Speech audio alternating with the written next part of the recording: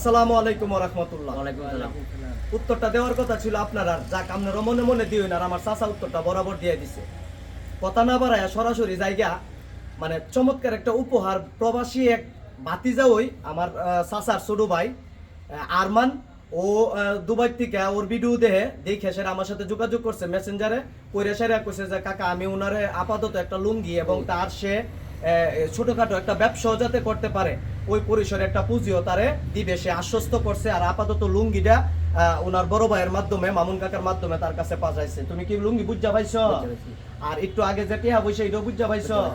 আর তোমার ঘরের ব্যাপারে আমরা যে একটা পদক্ষেপ নিয়েছি, তোমার জায়গা তো অবশ্যই আছে তোমার বাপের বাড়ি, তোমার ঘরের ব্যাপারে কিছু প্রবাসী ভাই আছে, হেরা তোমার দিকে তাকাইছে, কইছে যে আমরা কম কচুরি করে দিয়ে হইলো তার ঘরটা আমরা দাঁড় করাই দেবো।